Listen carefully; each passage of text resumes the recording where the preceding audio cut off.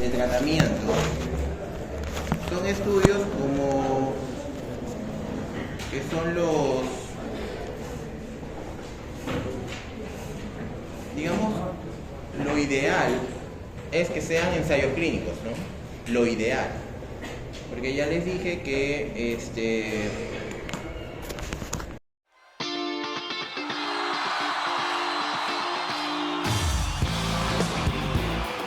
investigación o lo que quiere como una, digamos, una búsqueda de evidencia. Ejemplo, comparar, por ejemplo, la anticoagulación en fibrilación auricular, comparar warfarina con rivaroxaban, por ejemplo. Son dos anticoagulantes orales. Sí saben eso, ¿verdad?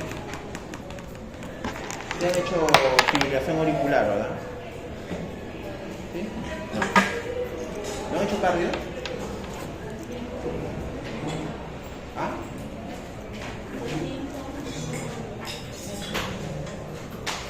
Ya. Bueno, si así tienen problemas ustedes, no me imagino cómo van a tener problemas los que estén en segundo año.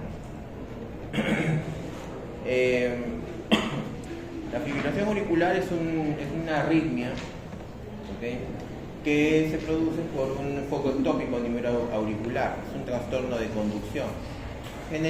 Puede ser un trastorno primario, netamente conductual a nivel del nodo sinusal, o pueden ser focos ectópicos, o pueden ser por otras causas. Por ejemplo, una dilatación auricular genera una dilatación auricular derecha, que puede conllevar a una izquierda.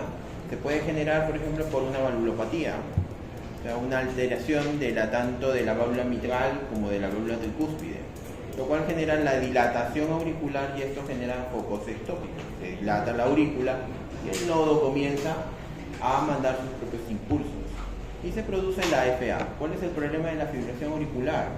Es que, aparte de tratar la arritmia, ¿okay?, se tiene que tratar que cuando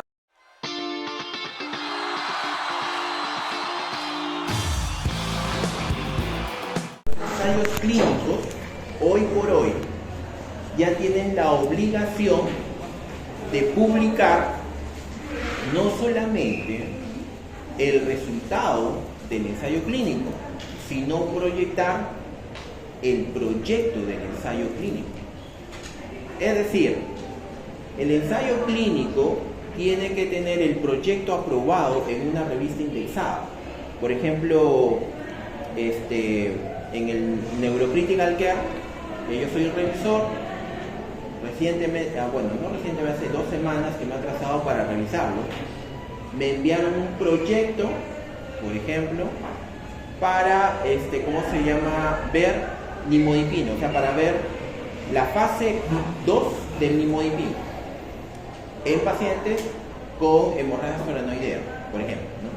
Entonces, pero lo que yo pensé que era el ensayo ya terminado, no, me mandaron el proyecto que ya tenía registro, todo. ¿Por qué? Porque ahora se pide que los ensayos clínicos tengan el protocolo publicado. Antes no se pedía eso, por ejemplo. Antes se decía de que, gracias, ahí cierras la puerta. Entonces, se decía de que simplemente, como cualquier estudio, se publicaban los resultados, ¿okay? Ahora no.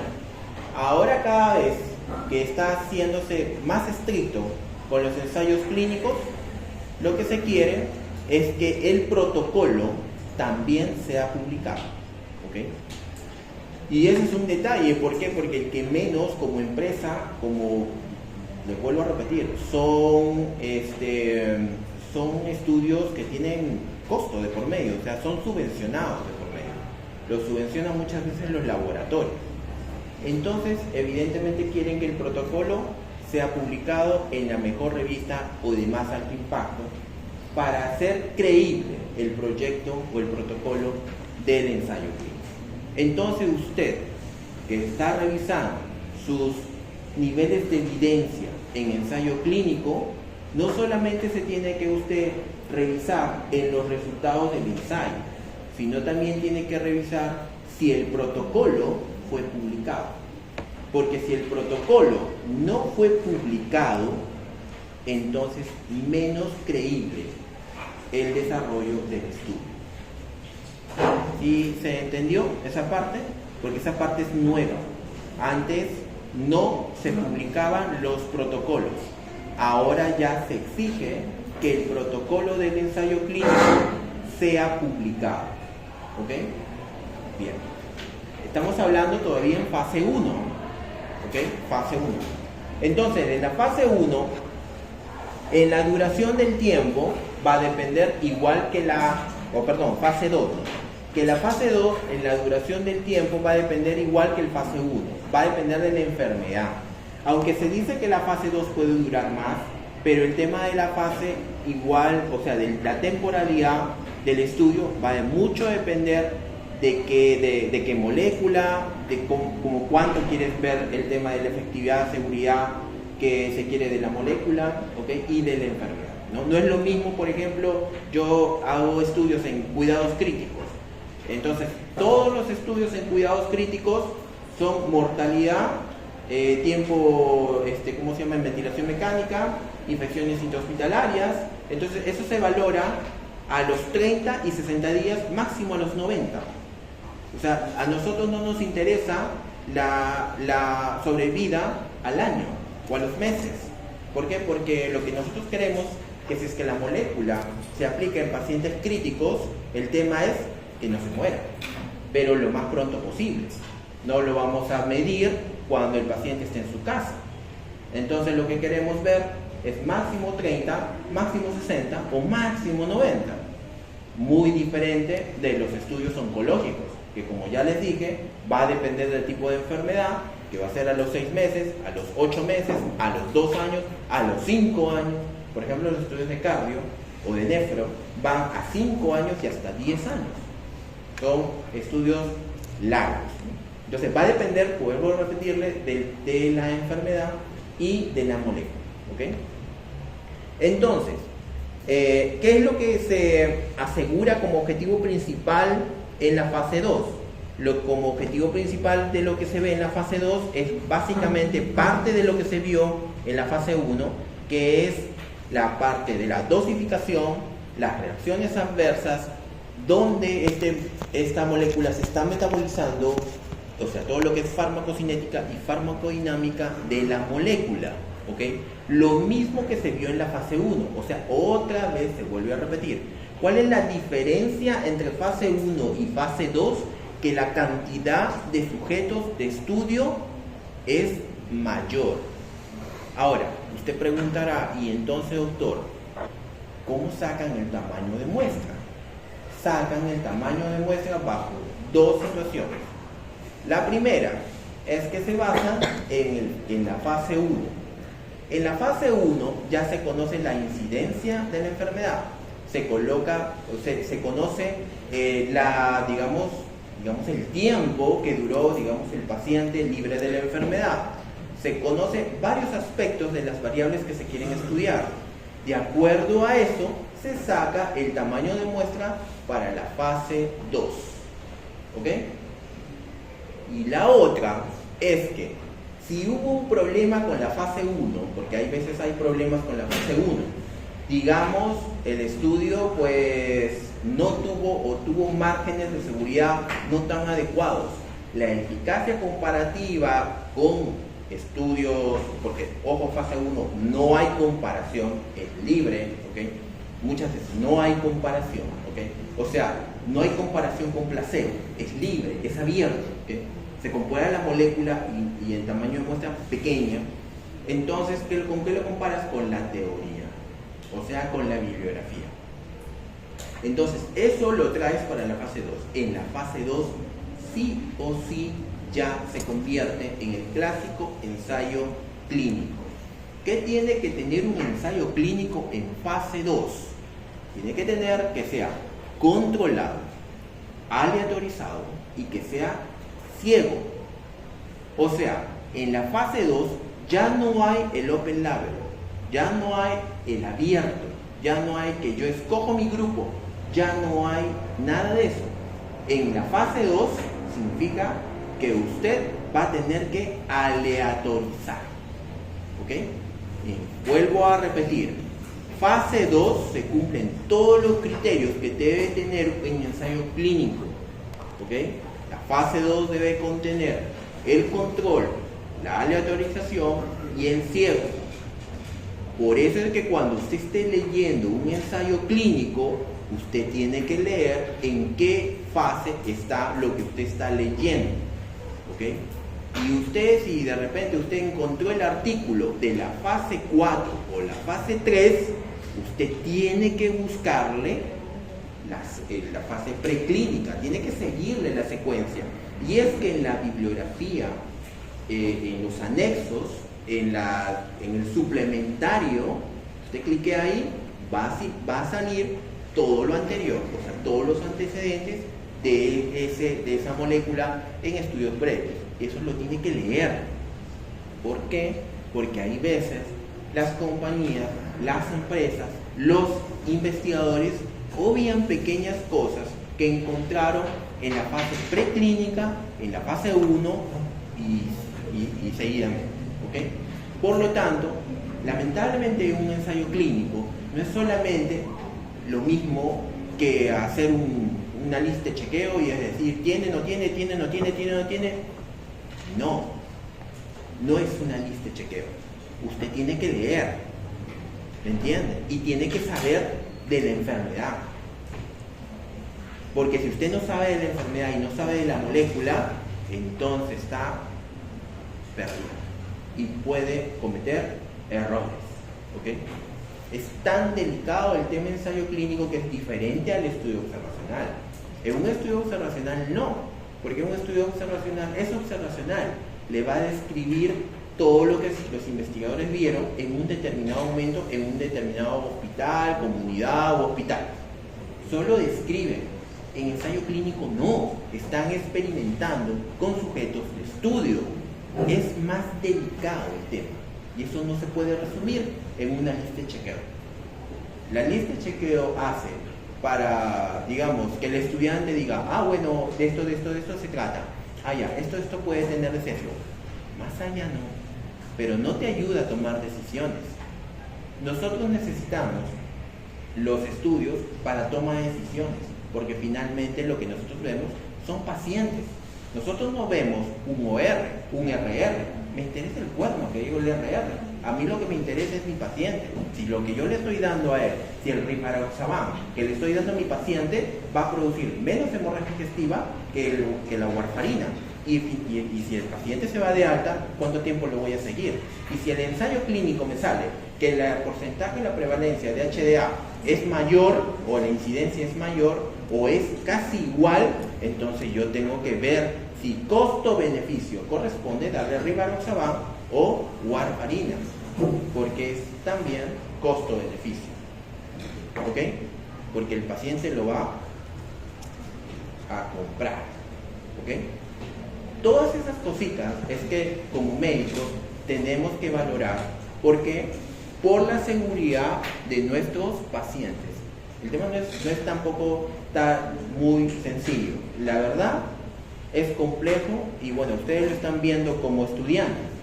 En algún momento ustedes van a ser, espero yo, especialistas. Entonces, en ese momento ustedes van a tener que tomar sus propias decisiones. ¿Okay? Y esto amerita lectura. ¿Okay? Entonces, fase 2 incluye control, aleatorización y cierre.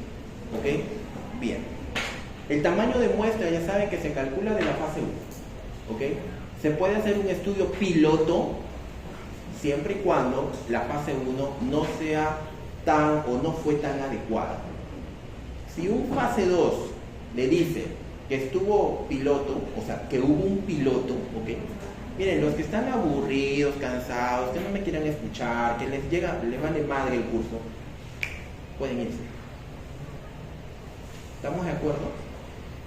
Porque me interrumpen. O cuando ustedes estuvieron acá exponiendo, yo no les estaba haciendo caso. No. Cuando ustedes estuvieron acá exponiendo, yo los miraba y seguía su exposición atentamente. No me dormía. ¿Por qué? Porque entiendo que el estudiante que estuvo acá repasó adecuadamente su tema y lo que quería es que escuchara para ver efectivamente si comprendía lo que estaba exponiendo. Ahora es al revés. Así que, si no les interesa el curso, si están cansaditos, váyanse. No tienen acá ninguna esposa, ustedes no son reos, ustedes son adultos, ustedes toman sus decisiones. Si quieren estar acá, bien, quédense, escuchen, pregunten. Pero si no, pueden irse. Ya les tomé lista. ¿Estamos claros? ¿Claros? Porque si no, a mí no me gusta el tema del desorden. Soy bien estricto con mis cositas. ¿Ok? Aquí que no le gusta el curso puede irse. Es libre, la puerta es libre. ¿Ok? Bien. Entonces la fase 2 es importante en vista de que es crucial que la fase 2 se dé para después venir la fase 3. ¿Ok? Entonces, en la fase 2, entonces ya se vuelve en realidad algo muy importante el protocolo de el ensayo clínico fase 3. Cuando ya en la fase 2 se distribuyeron los grupos, vuelvo a repetir, control, aleatorización y ciego, la fase 2 está obligada a que sea comparativo. En la fase 1 no. En la fase 2 sí. ¿Contra quién lo comparas? Depende. Algunos son muy, ¿cómo se puede decir? Puede ser muy suaves decirlo, lo voy a comparar contra placebo. Por ejemplo, el Rivaroxaban. Yo puedo decir, no, lo voy a comparar contra placebo. ¿Por qué? Porque sé perfectamente que si lo comparo contra warfarina, las diferencias van a ser ajustadas. ¿Okay? Entonces, evidentemente, si lo comparo contra placebo, pues es darle agua versus darle el anticoagulante. Es evidente que van a haber diferencias. ¿Okay? Entonces, va a depender. Fase 2, lo normal es el que se compare contra placebo. ¿Por qué los investigadores lo comparan contra placebo? Porque es el inicial, es lo que inicialmente, digamos, va a empezar. ¿Okay? Entonces lo comparas con la mayoría de ensayos fase 2, lo comparan contra placebo. ¿Okay? Sin embargo, por ejemplo, el ensayo clínico que me mandaron en el protocolo decía fase 2 y comparaba nimodipino endovenoso versus nimodipino oral. Yo decía, ¿pero por qué? Mejor pues compáralo contra placebo. Pero no, va a depender de la exigencia del equipo de investigación. Evidentemente, cuando yo estoy viendo que este equipo de investigación no lo está comparando contra placebo y lo está comparando contra el estándar, contra el gol estándar, entonces yo le estoy diciendo, bueno, o sea, se está exigiendo. Porque lo normal es que yo lo vea contra placebo. ¿Okay? Entonces tú de ahí nada más ya estás sacando tu línea de cómo fue hecho el protocolo y cómo se va más adelante. Ahora tú lo ves, digamos en el futuro, ¿no? Digamos que ya estuviera en fase 3 o fase 4, entonces por eso es que tú tienes que ver cómo inició. ¿Por qué? Porque cuando inició, si desde el inicio, fase 2, ya te comparó con el gol estándar y no contra placebo, entonces es creíble, el equipo se está concentrando en que su molécula quiera ser la más efectiva, la mejor, regulando la dosis con menos efectos adversos, porque lo está comparando contra el gol estándar, en este caso, warfarina. ¿Sí me dejo entender? Fase 2 es muy crucial, es como decir el punto de quiebre de los ensayos clínicos. ¿Okay? Si tú encuentras una fase 2 débil, es probable que la fase 3 pase, pero pase con ciertas dudas en la molécula. ¿Okay? Entonces ese es el fase 2. ¿Okay? Vamos ya hablando el tema del tema, bueno, más adelante vamos a ver el tema del ciego, pero vamos viendo cómo se controla. ¿Por qué le dicen control? ¿Ok? Porque se asigna aleatoriamente a los grupos. Fase 1 no se asignaba aleatoriamente a los grupos.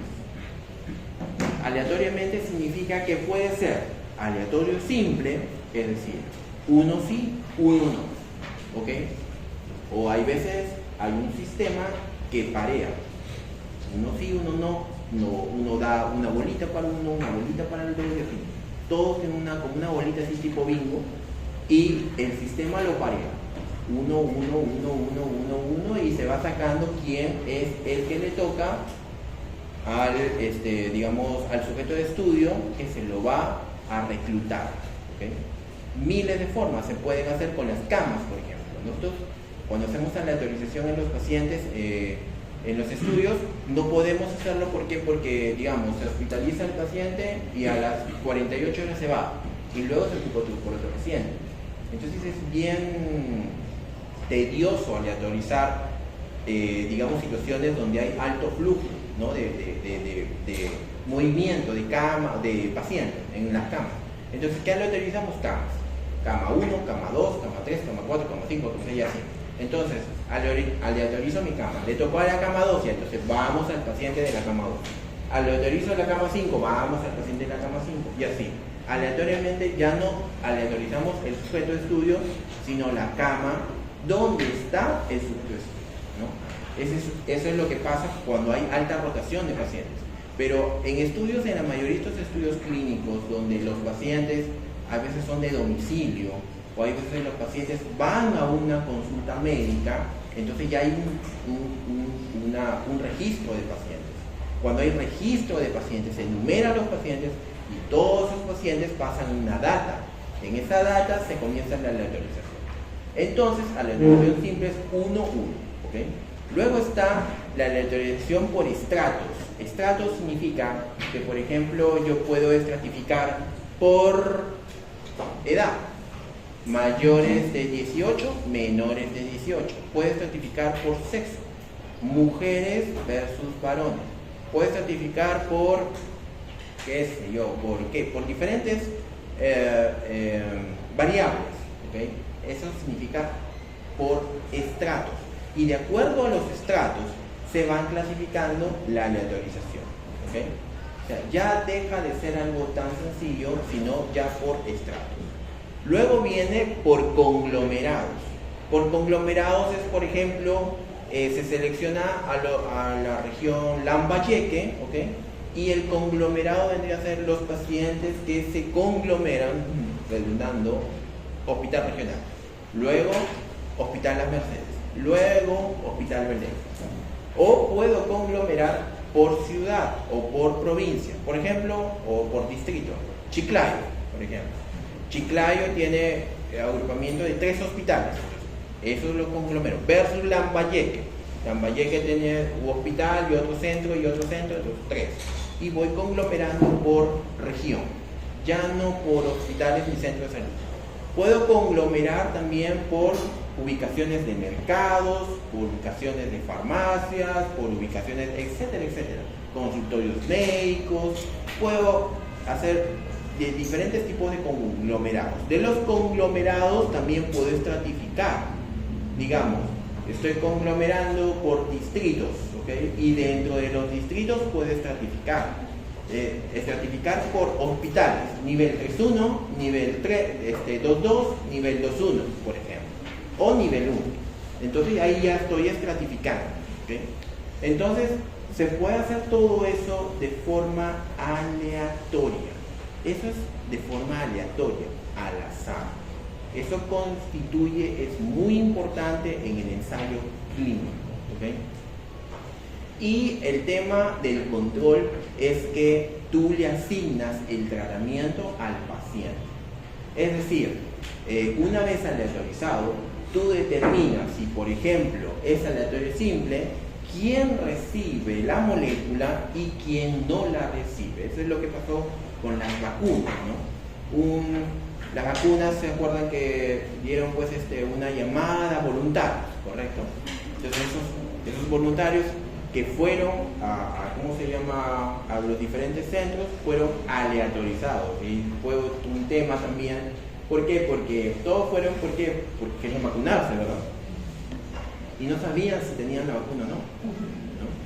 Y hubo reclamos, ¿por qué? Porque decían, no, es que yo debo saber y que no debo saber y todo esto por lo otro.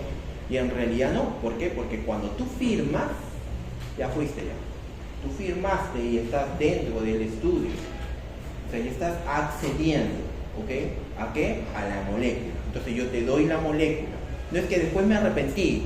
O sea, después de 2 días que ya está todo metabolizándose, ya me arrepentí. No, es que yo quiero salirme. Entonces tienes que firmar que se salió. Y la molécula ya se la acabó. Entonces, ¿qué hacer ahí? Nada, o sea, simplemente lo excluimos y lo observamos.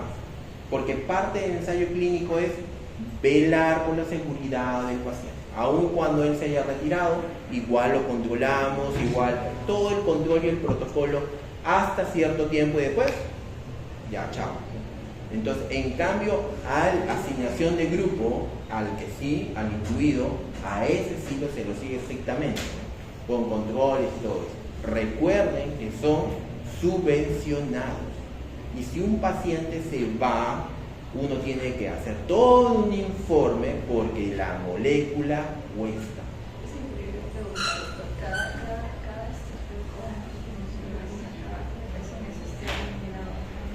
Sí. El informe detallado de cuántas moléculas se está solicitando. ¿Salga bien o mal? O sea, el resultado final. Salga bien o mal. O sea, es no compromiso. Exacto. Y lo que es peor no solamente es que haces digamos, la preparación de la molécula, sino haces la preparación del placebo. Por ejemplo, en Cayetano Heredia hicieron un ensayo clínico donde la capsulita era amarillo con negro, ¿okay? Una capsulita amarillo con negro, ¿okay? Entonces esa capsulita, ¿okay? Que ya estaba de por sí de ese color porque estaba así estandarizado por la empresa, se tuvo que hacer o fabricar el placebo amarillo con negro, o sea, la misma cápsula, el mismo color tiene que tener el placebo. Y eso lo pasó en la vacunación, ¿no? Porque todos querían ver la vacuna y no tenían rótulos. O sea, simplemente uno veía la jeringa, ¿no? Y plátano y eso. Entonces tú no veías pues, de qué procedencia, nada. Simplemente tú confiabas que te estaba dando y en realidad ahí no, simplemente era agua. Claro, así es. Pero así así es el ensayo clínico. Lamentablemente, si te beneficias con eso, pues bien, ¿no? O sea, ahora, hay también un tema de voluntariado, ¿no? Y hay veces el voluntariado que da control médico, porque si bien es cierto es voluntariado, pero el costo incluye el seguimiento de todos los sujetos de estudio. Es decir, los sujetos de estudio tienen derecho a atenciones gratuitas, tienen derecho a diferentes cosas, por ejemplo, exámenes gratuitos, tienen todo por un determinado tiempo, en una determinada clínica, no un hospital, clínica. O sea, tiene sus cositas, ¿no? Pero claro, tú no sabes si te dieron o no te dieron. Ese es el tema. Pero bueno, hay algunos que acceden porque, sobre todo, sí, claro, hay algunos que acceden, por ejemplo, en Estados Unidos, eso prolifera, ¿no? ¿Por qué? Porque en Estados Unidos no es como acá, ¿no? O sea, acá tú, digamos, qué sé yo, te duele te duele la cabeza y pues vas al regional, ¿no? Y metes chillas y no te atienden, ¿verdad? En cambio allá no. Allá si tú no tienes seguro, no, es que yo me atiendo, seguridad, sáquenme. Y te sacan y te ponen ahí. Y les vale madre que te compran que te atienden. ¿Por qué? Porque no tienes o el Medicare o el Medicaid. Simplemente así. No estás asegurada, fuera. Es más, si por tu costo de seguro no llegas al tratamiento, simplemente no te cubre. Mándalo al otro hospital donde, es como decir, del hospital regional te mandan a Ferreñazo. porque más o menos, no es así. Digamos, trasládalo pues a nivel, ¿no? O sea, de un 3 te pueden trasladar a un 2. ¿Por qué? Porque simplemente no te cubre. Y yo como 3 no te atiendo, ¿por qué? Porque tu seguro no llega. Y por lo tanto te derivo. Y el otro lo tiene que aceptar. ¿Y el paciente tú crees que reclama? Acá está la prensa, allá no. Porque eso es un tema de sistemas de salud. Y es por eso que de repente en esos países se pueden manejar mejor el tema de ensayo clínico, porque es costoso.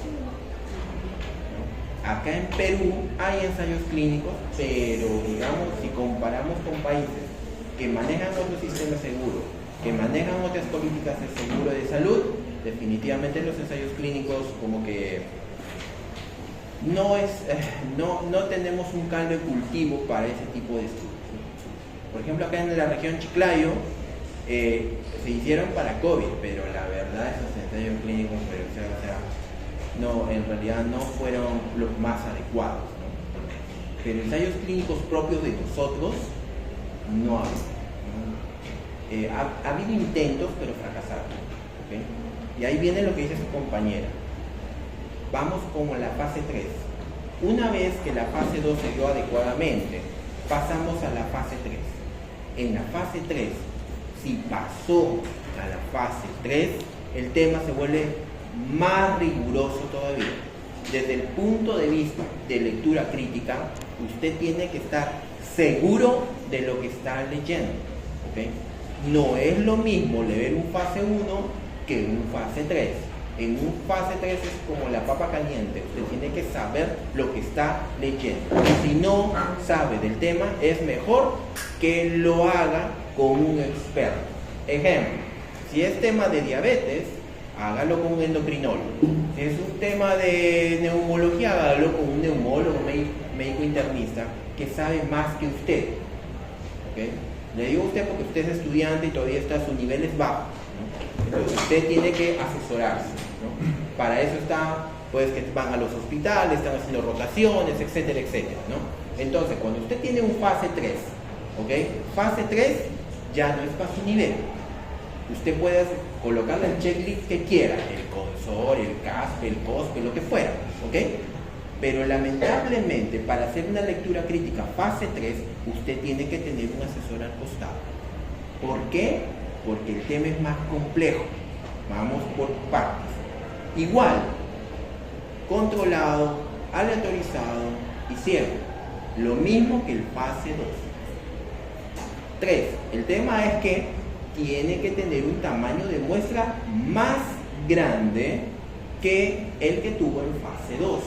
¿Okay? Normalmente el fase 2 llega a un tamaño de muestra de 300, 200 pacientes. Ambos brazos. 100, digamos, placebo versus la molécula. Pero en fase 3 no. Estamos hablando de más población. 1000 pacientes, 2000 pacientes. ¿Okay? ¿Por qué? Porque necesitamos más muestra para evitar los sesgos de los resultados. ¿Okay?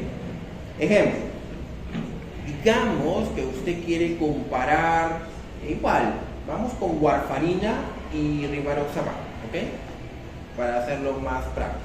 Ya saben que ambos son anticoagulantes, ¿ok? Entonces, digamos que usted, la variable es edad, ensayo clínico fase 2. Usted vio el intervalo que le ponen a la edad, digamos, de 18 a 40, 40 a 50, 50 a 60 y más de 60.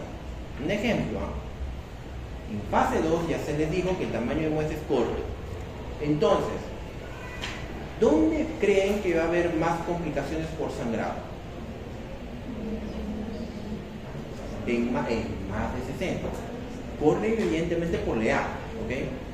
¿Qué pasaría si en la fase 2, que solamente son 100 placebo, 100 moléculas, qué pasaría si en los mayores de 60 usted tiene pues que 20? Porque usted ya estamos hablando de 18 a a 40, 40, 50, 50, 60, más de 60.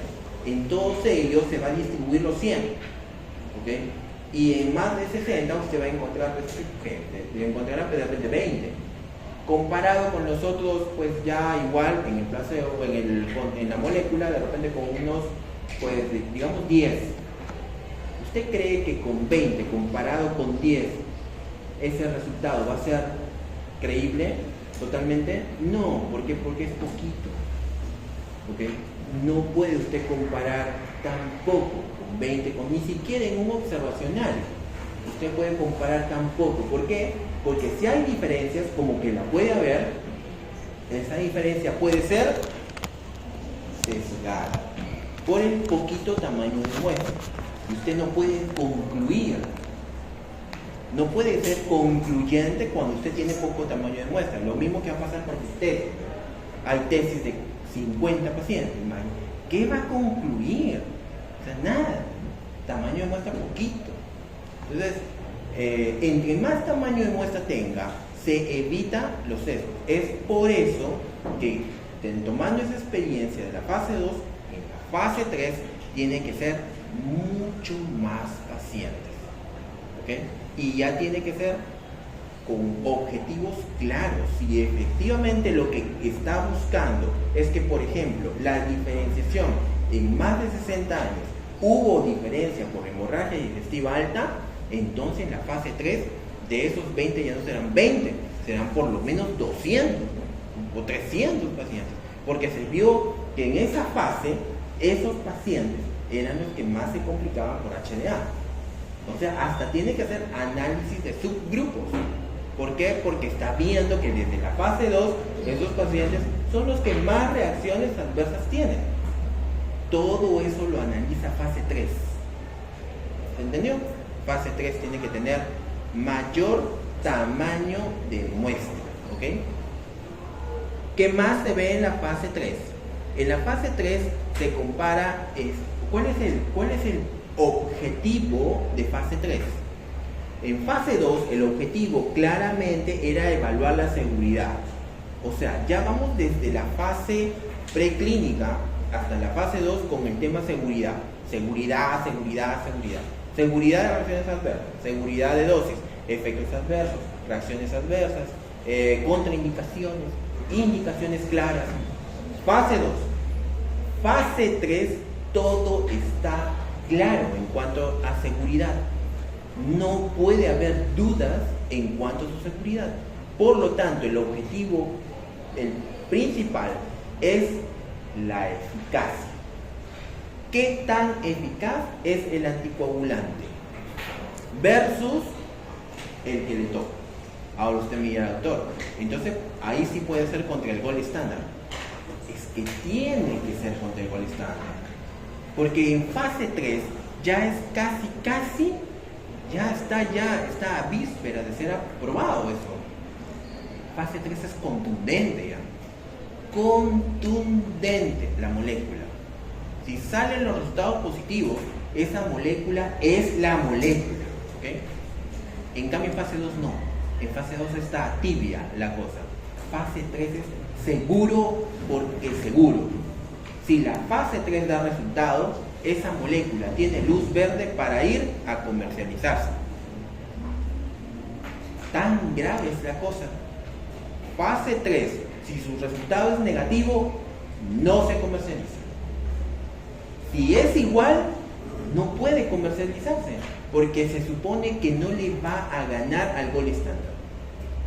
Y se supone que esto es dinero.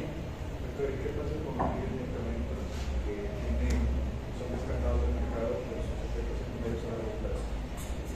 Ahí vamos, pues, ¿no? Ahí vamos, ¿ok? A eso vamos a ir, porque fase 3 se supone, eso que tú me estás diciendo, se tuvo que analizar antes de la fase 3. Sí, es probable. O simplemente los investigadores no lo dijeron.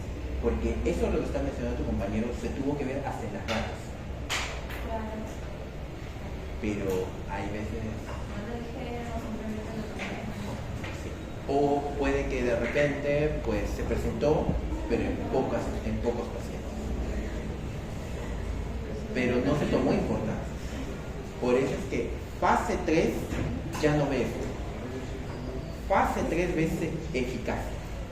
Eso se tuvo que ver en la fase 2, en la fase 1 y hasta en la fase preclínica, pero no en fase 3. Fase 3 es eficacia de la molécula. ¿Qué tan eficaz es? Y ahí viene el tema, es que no vas a comparar eficacia contra el placebo. O sea, tienes que mostrar la eficacia contra el gol estándar, porque si no le ganas al gol estándar, la pregunta es, ¿para qué quieres meter a comercializar una molécula que va a resultar siendo más cara que el gol estándar? Y si, por ejemplo, en una fase 3 se nota que la eficacia es igual a la del gol estándar, igual Eso lo tiene que declarar. Lo tiene que declarar el equipo de investigación. No se tendría. Finalmente, así como tú, desde estudiantes de medicina hasta organizaciones como hospitales o ¿cómo se llama? Institutos Nacionales de Salud, donde se hacen las guías de práctica clínica, porque la guía de práctica clínica tiene que considerar en fibrilación auricular, tiene que considerar los anticoagulantes orales, si no, como el paciente se vaya a la casa. O sea, eso tiene que estar en la guía de práctica clínica, ¿verdad? El grado de recomendación tiene que ser alto del anticoagulante oral. Pero si tú me dices, ¿y qué tal si sacaron ese estudio de fase 3, donde se ve que rivaroxaban es parecida, o sea, la eficacia es parecida a warfarina, ¿okay? Y se está comercializando, bueno, ahí ya que, pues, ¿qué te puedo decir?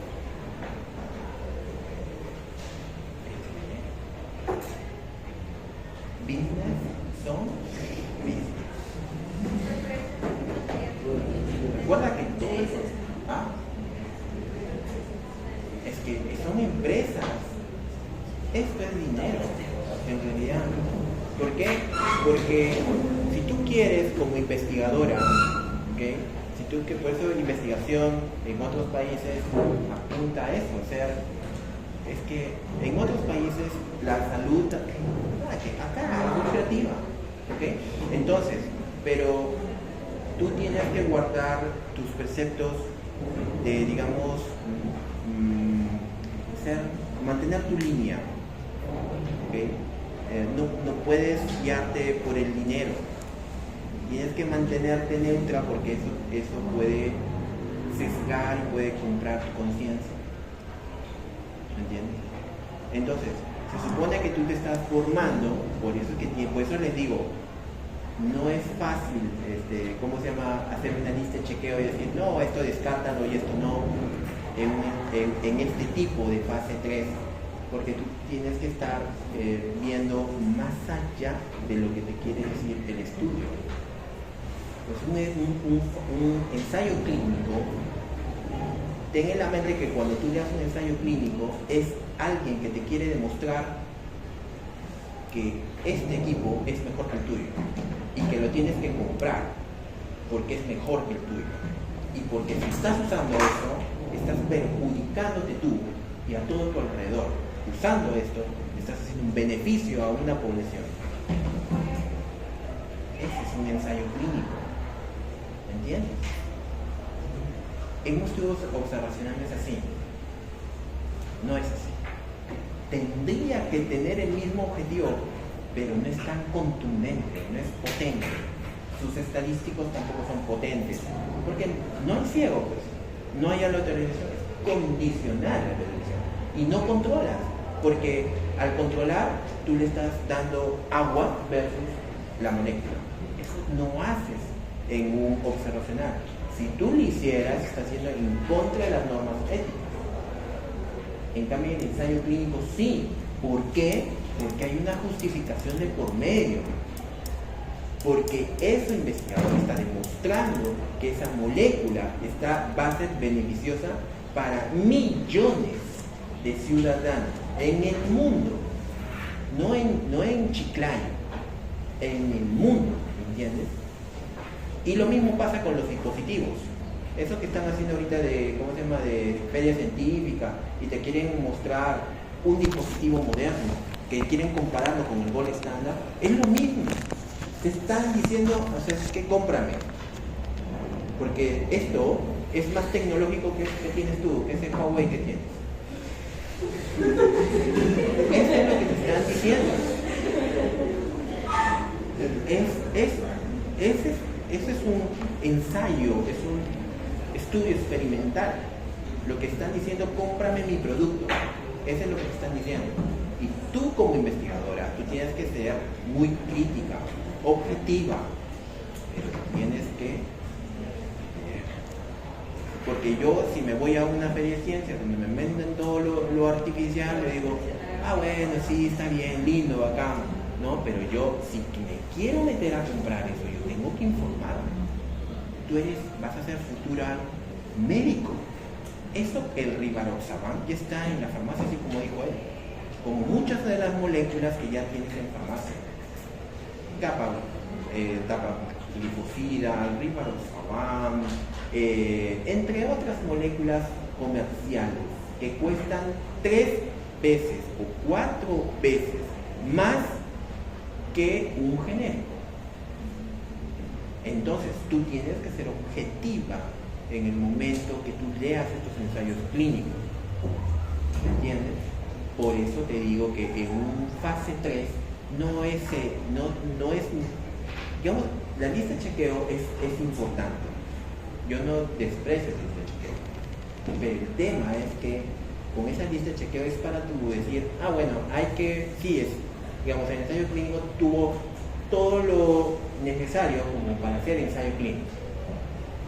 Pero no estamos viendo forma, estamos viendo fondo. Y para ver fondo tienes que saber de lo que se está experimentando.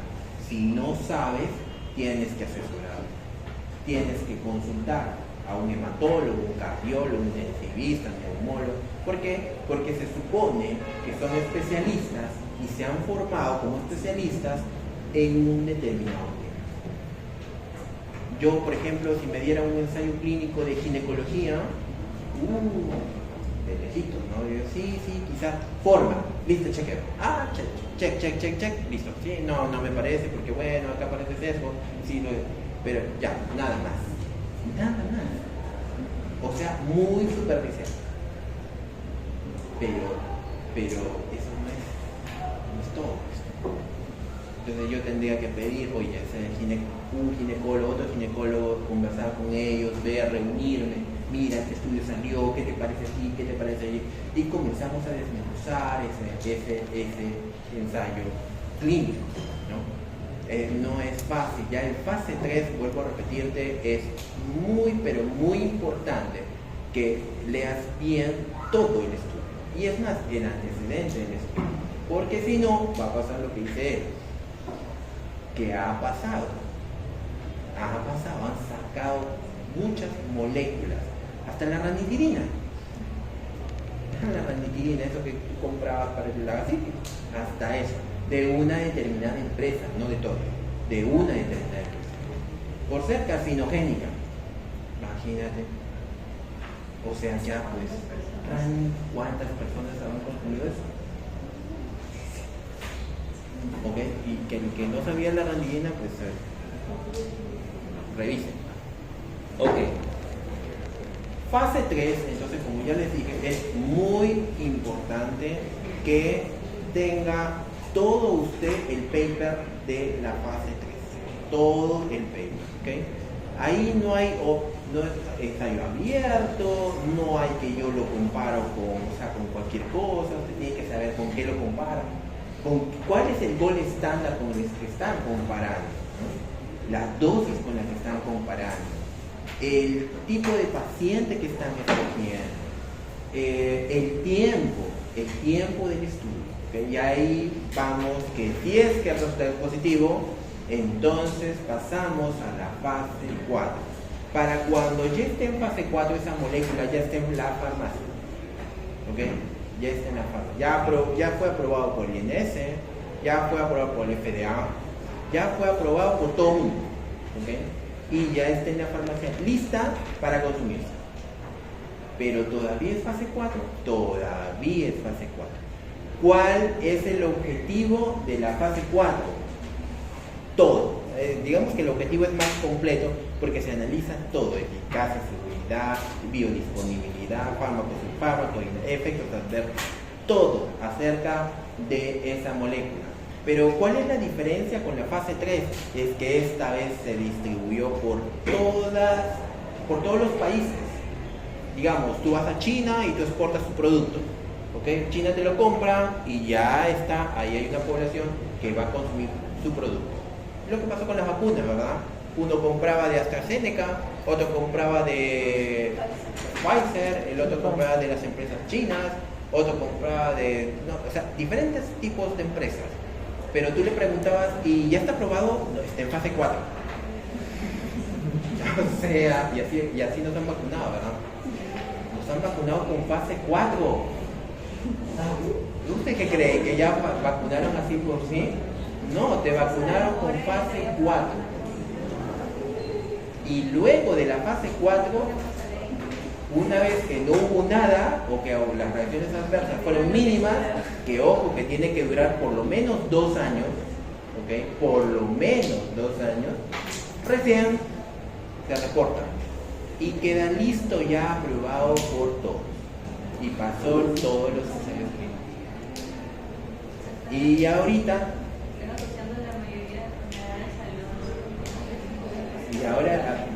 Y ahorita el tema es que muchas de esas empresas de vacunas ya cerraron.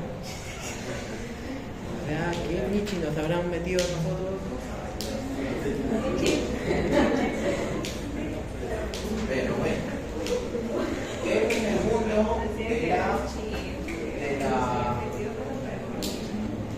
de los ensayos? Hay, ¿cómo se llama? Médicos que por si acaso están contratando médicos para estudios de investigación. Esto en realidad es, hay médicos que están en España, hay médicos que yo conocí que están en Estados Unidos, la mayoría es de Europa en realidad, ¿no? Para hacer investigación, porque Estados Unidos es muy fregado, pero en Europa sí, están contratando médicos, ¿cómo se llama? Para hacer investigación, ¿no? Así que, ¿pero a qué los contratan? A donde las cosas, pues, o sea, imagínate, tú estar ahí en una empresa, estás allí, es presión. ¿Tú crees que una empresa va a perder plata por un fase 3? Fase 3 es como tener tu casa ya lista ya, casi ya para venderla. Y que de un momento a otro venga, no, es que la estructura está mal, no, es que el foco no prende, no, es que la cañería, no, es que... Y todo, no. ¿Quién te la va a comprar?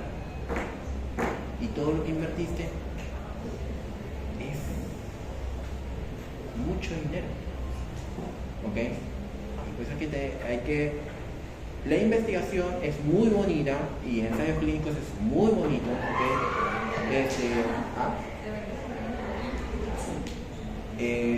En realidad los que trabajan ahí están a mucha presión porque son personas que tienen que estar detrás de los pacientes, detrás tienen que reclutar pacientes, tienen que seguirlos a los pacientes. Yo me acuerdo que el ensayo clínico que se hizo acá en la región, yo veía a los médicos generales que entraban, a los pacientes que recibían no me acuerdo, eran 2 moléculas, era un anticuerpo monoclonal que para COVID. Y los pacientes estaban ahí, nosotros estábamos ahí también viendo a los pacientes y veía al médico general y agarraba y decía, como ya sabía, revisaba la historia, se sentaba, ¿okay? Abría su carpetita y decía, y revisaba y tenía su checklist, revisaba y ya, sí. Yo decía, o sea, velo, o sea, no, examínalo, o sea, reacciones adversas, todo lo que le estoy contando, ¿no? Reacciones adversas, entonces tú le crees a la historia, ese tipo de ensayo clínico no es lo adecuado, ¿no? Por eso es que los ensayos clínicos son muy, pero muy subvencionados, pagan a los médicos, evidentemente pagan a los médicos, pagan por reclutar, pagan también los sites, que son los consultorios donde van los pacientes a recibir el placebo de la molécula. Oncología hace full ensayos clínicos. Creo que oncología es el que más maneja ensayos clínicos en el mundo. ¿Okay? Es bueno, ¿por qué? Porque digamos da una opción para los diferentes tipos de cánceres. ¿Okay? En realidad es bonito este tema de los ensayos. ¿Okay? Bueno, entonces ya saben el tema de los ensayos.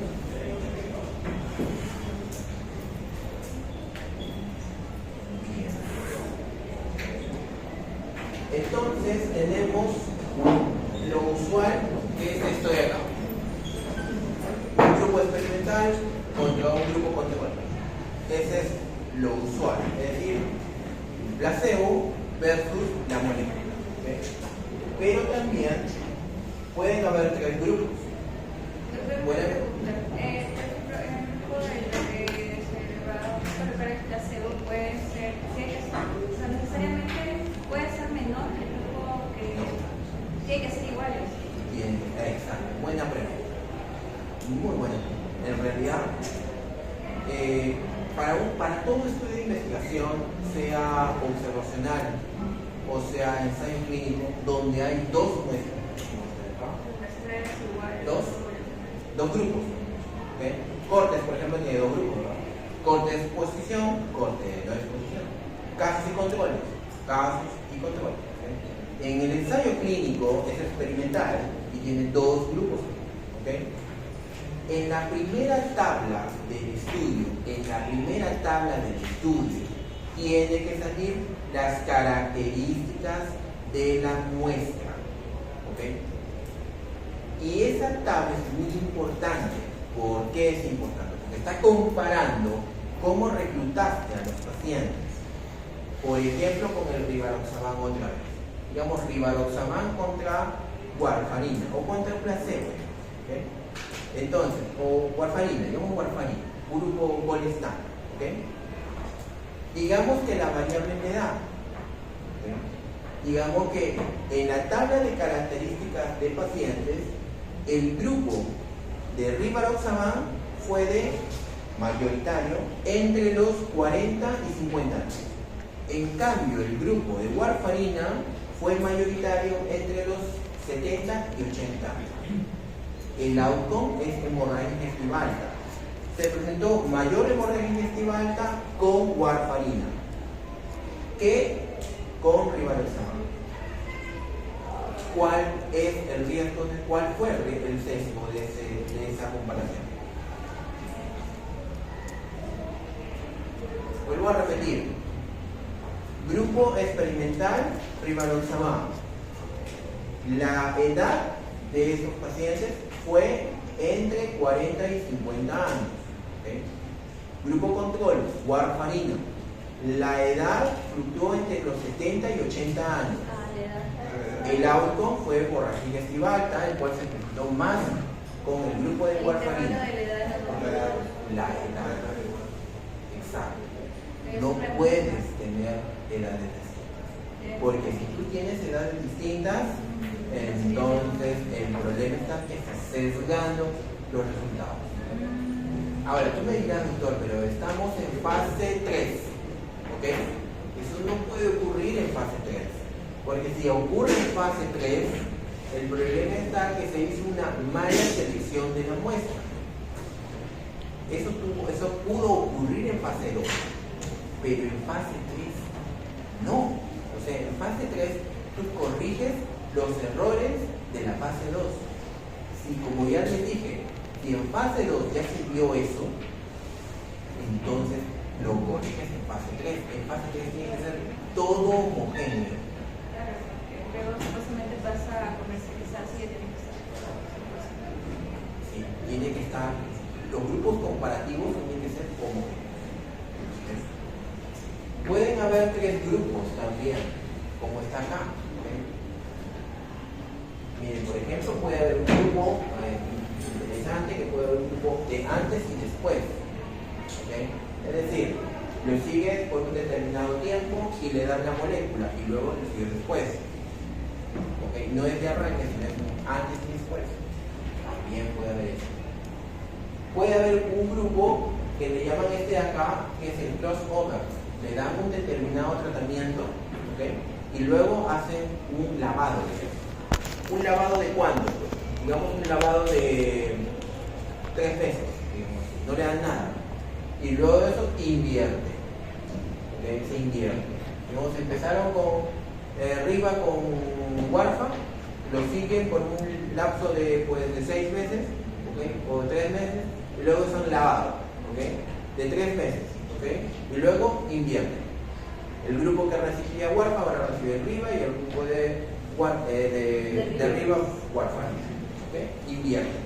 Pueden invertir. Va a depender mucho del objetivo del estudio. ¿Por qué? Porque eso no lo vas a hacer en todo. Eso tiene que tener un objetivo. ¿Okay? Crossover. Bien, este es el diagrama consor. El diagrama consor, así como el Strauss se sabe que es el diagrama que en todo estudio observacional tiene que salir. Es la lista de chequeo que tiene el estudio. ¿Okay? Si no sale el Strauss, ese estudio observacional ni siquiera puedes mirarlo, porque está incumpliendo las normas de la publicación del estudio de un estudio observacional. Lo mismo pasa en ensayo clínico. Tiene que tener la lista de chequeo que es del consor. No es la lista de chequeo para verificación del sesgo, no. Este es como el estándar de lo mínimo que tiene que tener un ensayo clínico. ¿Okay? Es el consor. Aparecer eso. Cuando buscamos en un ensayo clínico aparece sí o sí. Me parece que usted ha colocado en sus diapositivas un trabajo que usted realizó y aparece justamente tiene que figurar. Sí o sí tiene que figurar. Si no figura eso, significa que no puede publicarse un estudio. ¿Okay? Bien. No se olviden, Strauss es para observacional, consor es para ensayos clínicos. ¿Okay? Y en el consor, en ese diagrama, sale esto de acá. Esto de acá es el diagrama de flujo. ¿Okay? El diagrama de flujo del estudio. Eso sí o sí tiene que estar figurando en el ensayo clínico. Lo mismo que pasa con el observacional, también hay diagramas de flujo. ¿Okay? Y estos son los ciegos. ¿Okay? Los ciegos. Podemos haber hasta triple ciego, ¿okay? Triple ciego de ¿cómo se llama en esta situación? Vamos a ver acá,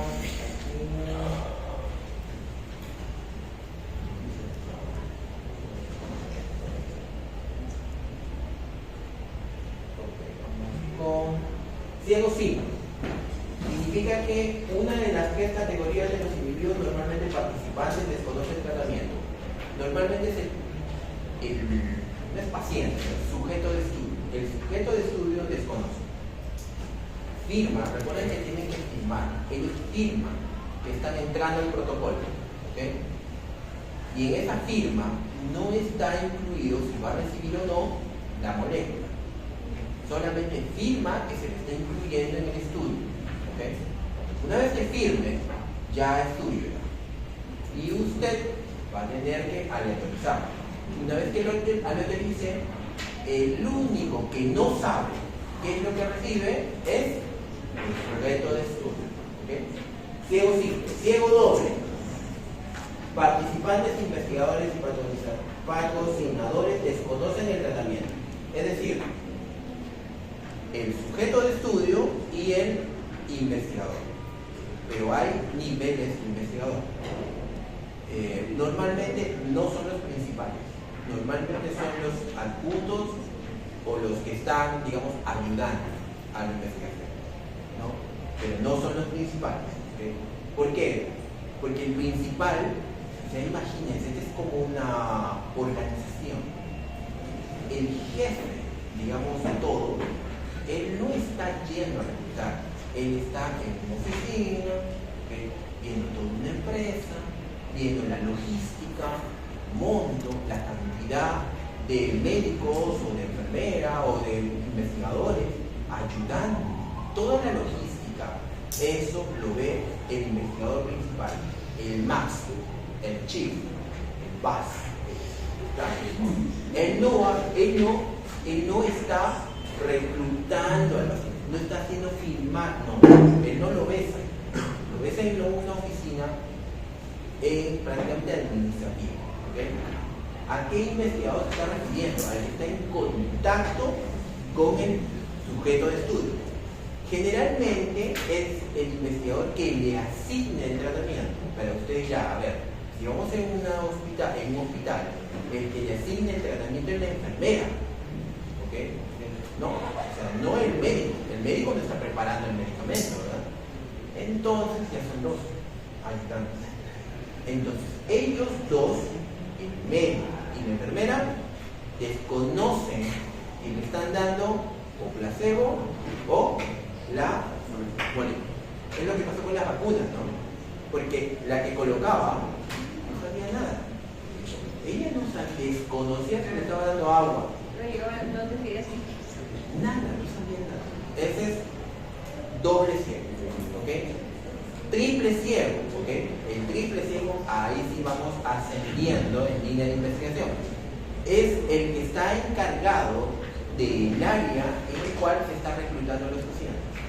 ¿Okay? Es el que está detrás del médico, el que generalmente con él y otro ayudante llevan las cajas de las moléculas y del placebo o del colestano.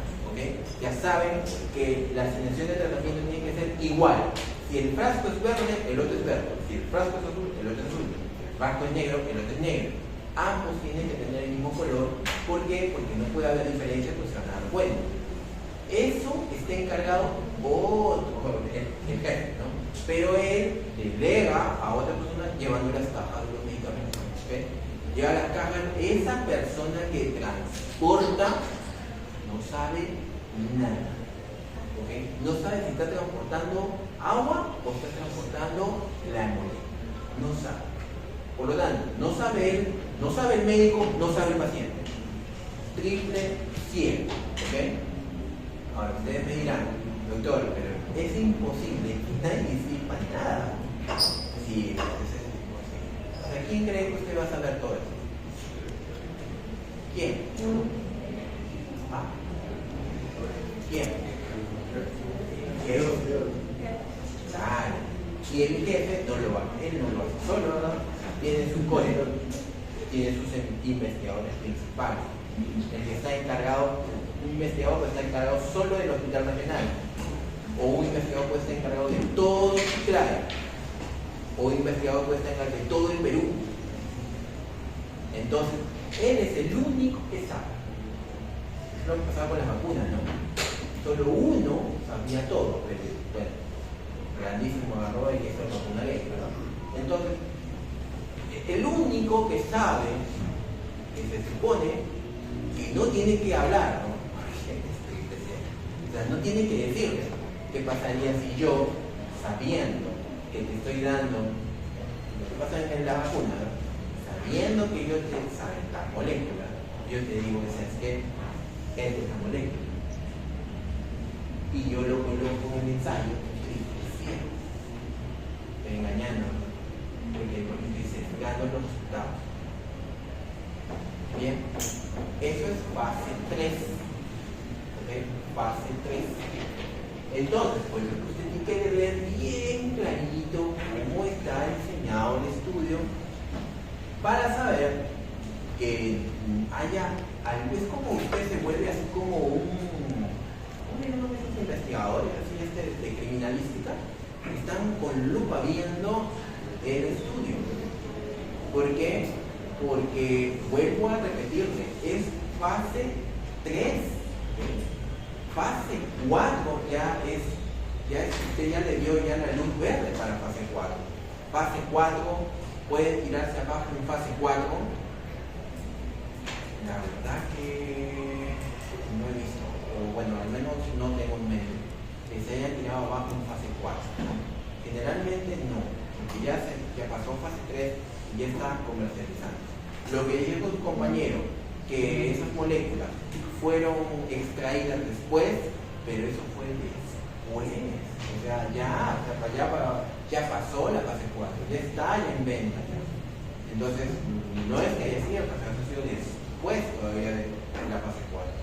Entonces, bueno, por eso este motivo del ciego hay que leerlo bien. ¿Okay? Entonces, el cegamiento, entonces, el cegamiento es importante, ¿por qué? Porque implica riesgos innecesarios para el paciente. ¿Okay? ¿Por qué? Porque se tiene que administrar adecuadamente, sea el placebo o sea la molécula. No es posible disponer del placebo con características similares a drogas. Esto de acá, que no es posible, se tiene que volver imposible. ¿Por qué? Porque definitivamente nadie se tiene que dar cuenta que usted está administrando la molécula. ¿Okay? Ahora, puede haber chismes, ¿no? Los chismosos. Eso sí, ¿no? Porque el paciente está al costado del paciente, lo pasa en los hospitales. O el vecino está al costado de su vecino, ¿no? Entonces, ¿qué pasa? Yo le doy la molécula y misteriosamente el paciente va tratándose y va mejorando. ¿Okay? Entonces el otro le va con chisme al vecino. Y hay veces, pues, los horarios, se aprenden los horarios, de repente es la misma persona. O sea, ahí ve todas esas cuestiones, ¿verdad? Porque hay veces asignan a la misma persona la molécula y a la misma persona el placebo. Entonces, acá la misma persona y administra el mismo medicamento. Entonces, y por mejoría ya te va diciendo el otro, no, sí, mejor que te administre esa persona. Entonces el otro hasta se puede cambiar hasta de región. O simplemente se va. Y ya, desapareció. ¿Y ahora cómo lo localizas? Todo esto es un ensayo clínico. Se va un paciente, imagínense ese investigador que está asignado a todo un grupo de pacientes y que de un momento a otro tres desaparezcan, o uno nada más.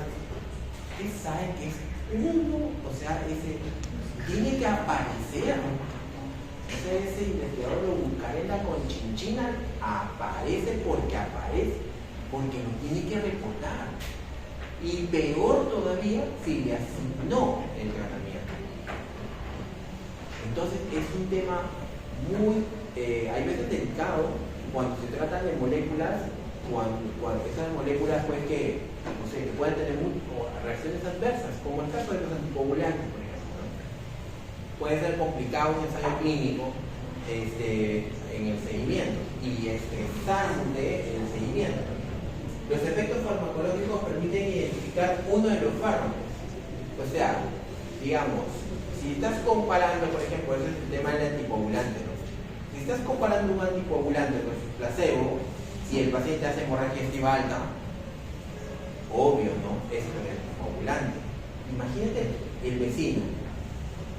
Se asusta, ¿verdad? Imagínate usted. A ver, usted esté en el ensayo clínico, que su vecino, le están también dando el ensayo, se murió. Ya. ¿Va a continuar? Se desaparece, ¿no? ¿Por qué? Porque está viendo que ese medicamento, que puede ser oncológico, quimioterápico, anticuerpo monoclonal, lo que fuera, que ya está viendo reacciones adversas, pues está viendo todo un tema de, digamos, de sesgo de información, porque el otro puede estar diciendo, no, también me va a hacer mal a mí, mejor me voy, ¿no? Todas esas cositas se controlan en el ensayo clínico. Es complicado de seguir. Cuando el diseño es de doble ciego, podría perjudicar la relación médico-paciente, sí, porque ha pasado de que justo el investigador o el ayudante del investigador, que es un médico del paciente, confía en el médico, ¿no? Y tú le estás dando placebo. En vez de darle la molécula, y el paciente evidentemente no va a responder al tratamiento ideal, entonces eso significa que el paciente que está confiando en ti ya no va a confiar en ti. Le engañaste, literalmente.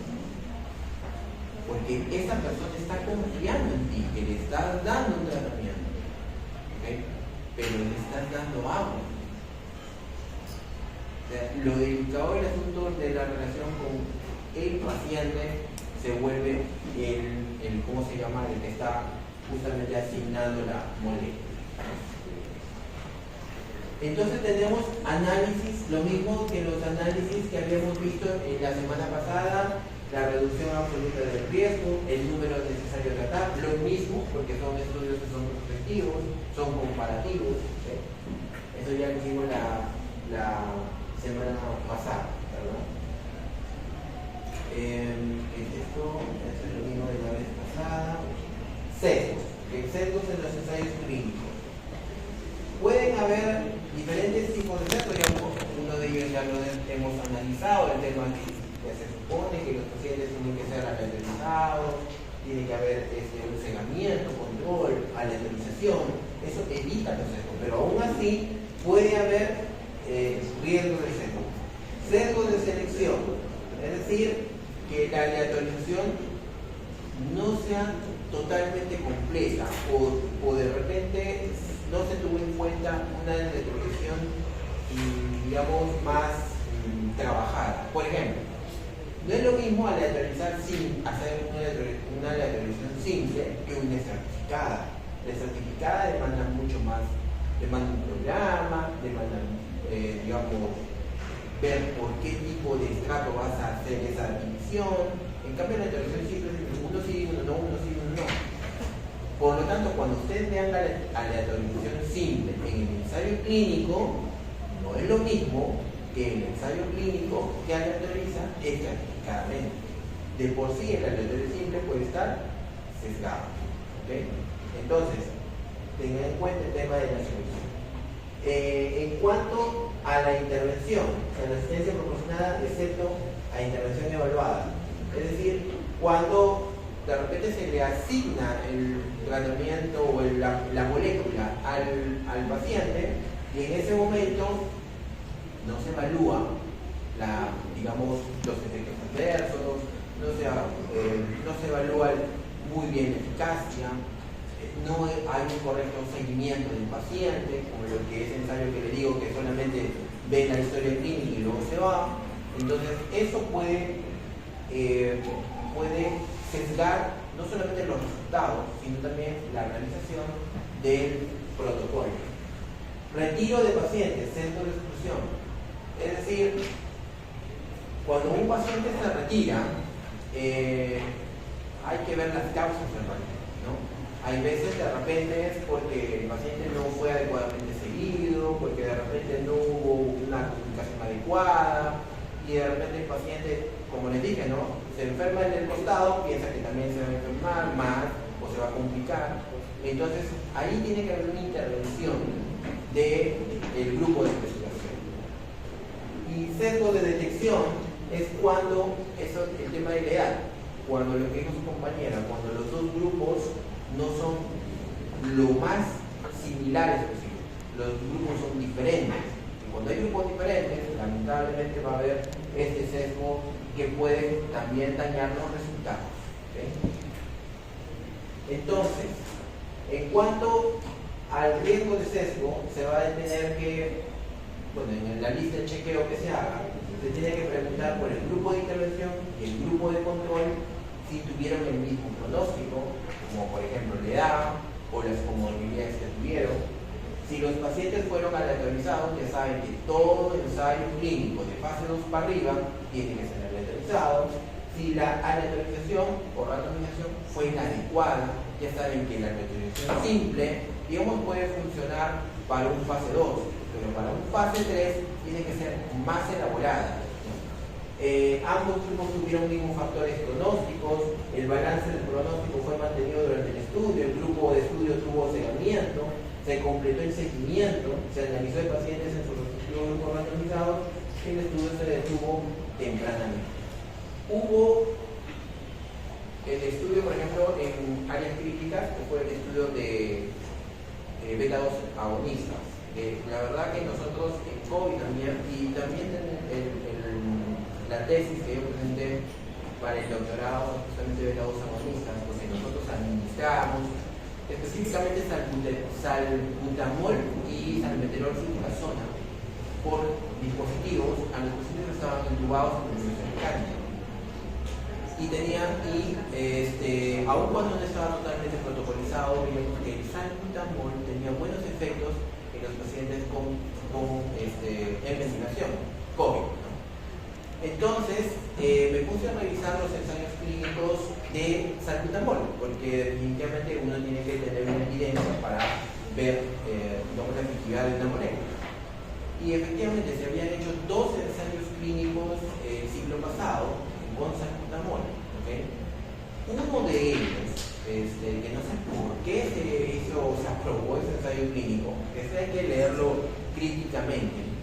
O sea, el salbutamol se conoce que tiene efectos cardiovasculares, uno de ellos la arritmia. ¿Por qué? Porque es un beta-2, ¿no? Es agonista, ¿verdad? Que puede tener efectos adrenérgicos. Entonces, no sé por qué el ensayo clínico se autorizó que se haga endovenoso, ¿okay? Porque antes probablemente no se disponía de moléculas aerosolizadas, ¿no? Y los inhaladores, supongo que en ese momento estaban recién saliendo fabricados. Por lo tanto, administraron en pacientes críticos salbutamol endovenoso, ¿okay? Y era evidente que se iba a encontrar arritmias, ¿no? O sea, eso ya era, ya de por sí, cuando uno va leyendo el estudio, va diciendo, o sea, ¿para qué lo hicieron, no? Porque era evidente que iban a encontrar eso. Salbutamol endovenoso versus placebo. Era desastroso. Aun cuando, según lo que decían los investigadores, era que el salbutamol podía tener efectos benéficos broncodilatadores en pacientes con neumonía o con distrés o con daño cerebral. Lo desastroso fue que el ensayo clínico, que iba a durar 6 meses, un año, no duró ni 3 meses.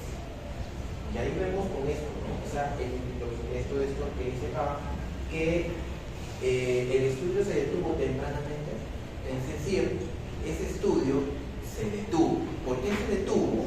¿Por qué? Porque hubieron incidencias de muertes por arritmia. Entonces iba muriendo un paciente, lo anotaban, iba muriendo otro paciente, lo anotaban, 3, 4, 5, y así se iba muriendo. Y hasta llegó un momento, y pacientes con arritmia, y llegó un momento en que los investigadores cerraron el ensayo clínico. La conclusión del ensayo fue que el salbutamol produce arritmias y arritmias fatales, ¿okay? Y eso los colegas, algunos, lo trasladaron a los inhaladores, ¿no? Y dijeron, no, hay que tener mucho cuidado con el salbutamol porque produce arritmias, ¿okay? Entonces, sesgaron la opinión del salbutamol endovenoso y lo trasladaron a los inhaladores aerosolizados en microdosis, ¿no? Los inhaladores. Entonces, pues ahí a mí me creó un tema pues frustrante saber cómo un medicamento que puede ser útil, pues tuvo este tema, y que algunos médicos decían, no puede darse, ¿por qué? Porque produce, pero esto fue endovenoso. No, es que el estudio, es que el salbutamol produce. Ya comienzan a ver cosas que no son objetivas en vista de que, vuelvo a repetir, en el tema de investigación no es interpretativo. En investigación los números hablan. No es lo que usted piensa, no es lo que usted crea, son los números los que dan los resultados. No es que por ser digamos, no significativo, significa que nunca, no, o sea, no puede usted adornarlo. Simplemente es no significativo, punto, se acabó. Por ejemplo, el TMLA. O sea, si hay diferencia significativa, entonces yo puedo decir, si hay diferencia significativa, lo cual condujo el mayor la edad y produjo mayor el borrar, no puedo decir eso. ¿Cuál es el tema de la dosificación o la administración en este caso? Claro, puede ser bastantes cosas ahí, ¿no? Pero el tema es que no pueden, yo vuelvo con el TMDA, no puede usted decir, digamos, que por LEA se produjo mayor hemorragia digestiva. No, porque eso no está dando en la tabla número 1. La tabla número 1 dice que solamente hay diferenciación entre un grupo versus el otro. Punto. No está hablando de que haya una asociación con hemorragia. ¿Sí me dejo entender? O sea, los números se analizan como números. No se puede añadir más cosas al número. ¿Okay? Que ese es algunos lo que hacen. Si sale diferente por el TMLA, ¿no? Sí salió diferente, pero vino de warfarina. Sí, es por eso que la warfarina produce más hemorragia digestiva en pacientes mayores de 70 años, porque hay diferencia. No, eso no está diciendo. Solamente que hay diferencia de grupos. Nada más. No le puedes dar más relleno, porque eso es estadística. Son números. Punto, se acabó. No es nada de que tú le puedas agregar, ni tampoco quitar. Es como el R cuadrado que les dije, ¿no? El R cuadrado de relación de una variable sale en 0.3. Efectivamente, el P es significativo. Hay relación entre las variables porque el R lo dice, es un R 0.3 o un P significativo. No dice eso. El R cuadrado de 0.3, relación baja. Nada más. El resto que tú le puedas agregar, que lo puedas interpretar, esa es tu interpretación. Más lo que dice ahí en el número, los números en las tablas, eso es lo que, pues que en ensayo clínico, vuelta con tema de ensayo clínico, los números se tienen que analizar bien también, porque hay veces pasa de que se quiere dar más cuando en realidad no dice eso en las tablas. Y por eso es que hay que leer bien también este tipo de estudios. ¿Okay? ¿Cuáles son los resultados del tratamiento? ¿Cuán grande fue el efecto? ¿Cuán preciso fue el efecto? Pacientes deprimidos se parecen, el otro, ¿no? Ya cuando uno está hablando de una validez externa, porque la validez interna es prácticamente lo que, en donde se hizo, la validez externa es si es que esa población se parece a la mía. Ejemplo, la hidrocortisona que se aprobó para COVID en los pacientes fue un ensayo clínico hecho en el Reino Unido en una clínica de pacientes que recibían este tipo de corticoides a esa dosis que se estaba diciendo. El tema fue de la hidrocortisona de exametazona fue, ¿no? Entonces, cuando uno lee el ensayo clínico, o sea, lo compara con el gol estándar. O sea, este paciente no era como el de nosotros. Este paciente de frente era cama UCI. Ni bien tocaba a la clínica, pasa a la UCI. O sea, cánula de alto flujo, ventilación de casa, ventilador top, monitores, cama, todos cubículos. O sea, tenían todo. Es más, les daban hasta anticuerpos monoclonales, lo cual acá no dábamos. Entonces, ¿cómo vas a comparar esa realidad con la comparación de nosotros? Y efectivamente había relación en cuanto a mortalidad. Y todititos comenzaron a usar corticoides, hasta lo comenzaron a usar hasta en el domicilio, ¿no? Entonces, uno tiene que ver en la condición en la cual se está haciendo el ensayo clínico, que hay veces le llama el tratamiento intencional o intention to treatment, es decir, en el momento que está recibiendo.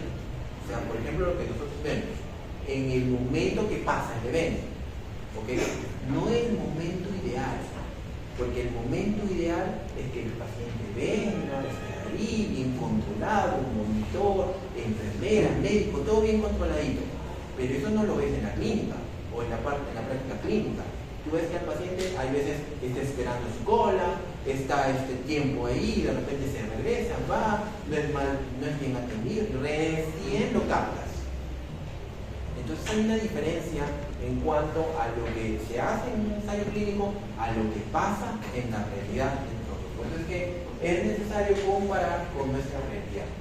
Se consideran desenlaces importantes, beneficios de tratamiento superior a potenciales daños y costos, sobre todo costos. Porque en fase 3 para fase 4, vuelvo a repetir, es ya prácticamente para que esté a la venta. ¿Okay? Entonces, los ensayos clínicos son importantes en la lectura médica. Creo yo que los ensayos clínicos demuestran mucha,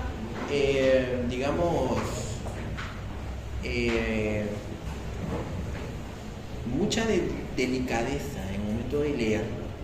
¿Okay? Un ensayo clínico no es como leer, pues, qué sé yo, el Farreras, ni el Harrison, ni el Guyton. Un ensayo clínico es más complicado de leer, ¿okay? Más complicado de leer.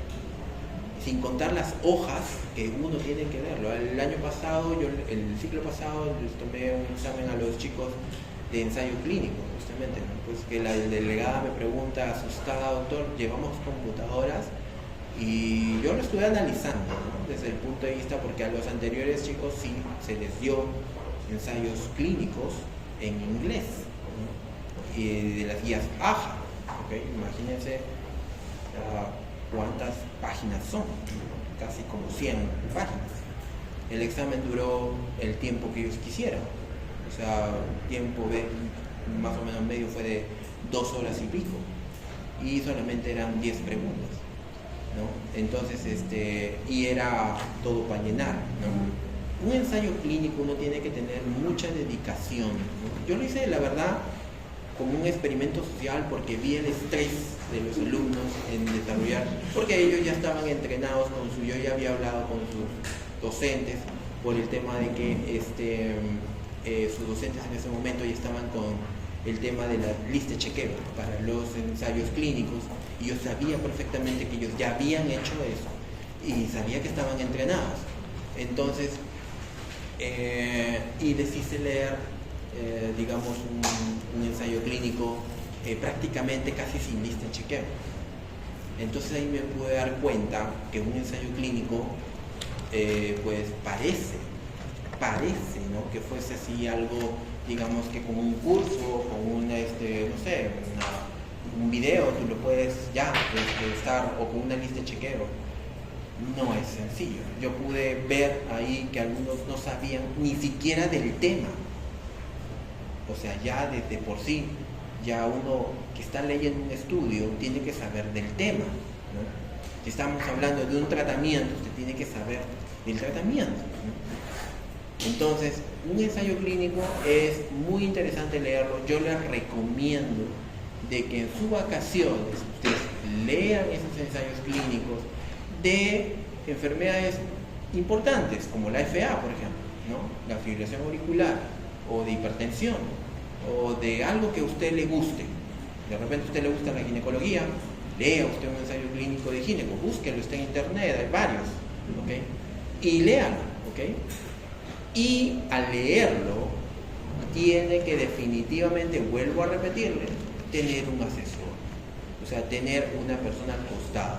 Eso le va a obligar a usted a ir a un hospital, estar en contacto con un ginecólogo, con un neumólogo, qué sé yo, y pedirle, oye, ¿sabes qué? Mira, este es un ensayo clínico, esto yo encontré, esto yo leí, ¿usted qué opinión me da?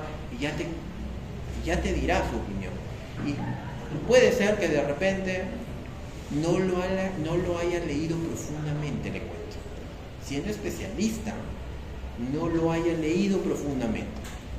Y usted le va a obligar a leer ese ensayo clínico, porque como especialista le va a interesar.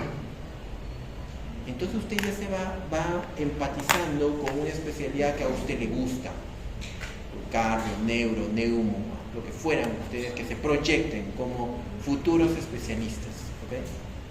Entonces, háganlo, porque eso va a aumentar sus conocimientos, va a aumentar su experiencia, va a hacer un match con la especialidad que le guste o con el especialista que usted empatiza, para que usted vaya a los hospitales y siga haciendo sus prácticas, ¿ok?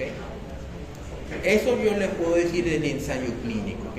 Son estudios muy bonitos, o en resumen, va a depender de las fases, como vuelvo a repetirles, no es lo mismo leer un fase 1 que un fase 4 o un fase 3. Un fase 1 usted lo puede leerlo, sí. Hasta fase 2 también. Fase 3, 4, yo le recomiendo que sí tenga mucho detalle de cómo usted está leyendo e interpretando ese ensayo clínico. Y si ustedes, vuelvo a repetir, tienen todo el tema de poderlo, digamos, aplicar, ir a los hospitales, les recomiendo que vayan, porque van a servir de mucha utilidad a los médicos. A ver, a mí hay veces me consultan y me dicen, de un ensayo clínico, y yo comienzo a leerlo y les juro, como en ese ensayo que me vinieron de la revista, van 2 semanas y todavía no lo termino de interpretar, aun cuando yo sé de qué se trata, que es el limodipino, que ya hasta en Lima lo habíamos usado anteriormente, pero no lo termino y eso que es protocolo, ¿eh? O sea, ni siquiera es el ensayo clínico ya estructurado, fase 2. Entonces, ¿por qué me demoro tanto? Porque trato de buscarle qué cosa quiere el investigador, qué quiere, cuál fue su intención al hacer un protocolo de medir 2 moléculas. Y es un fase 2, ¿no? Así que eso les recomiendo. Bonito estudio, bonita presentación, es muy interesante y les recomiendo en su práctica médica, ¿ok? ¿Preguntas acerca del ensayo clínico? ¿Algo? ¿Ninguna? Ok, gracias y nos vemos la próxima.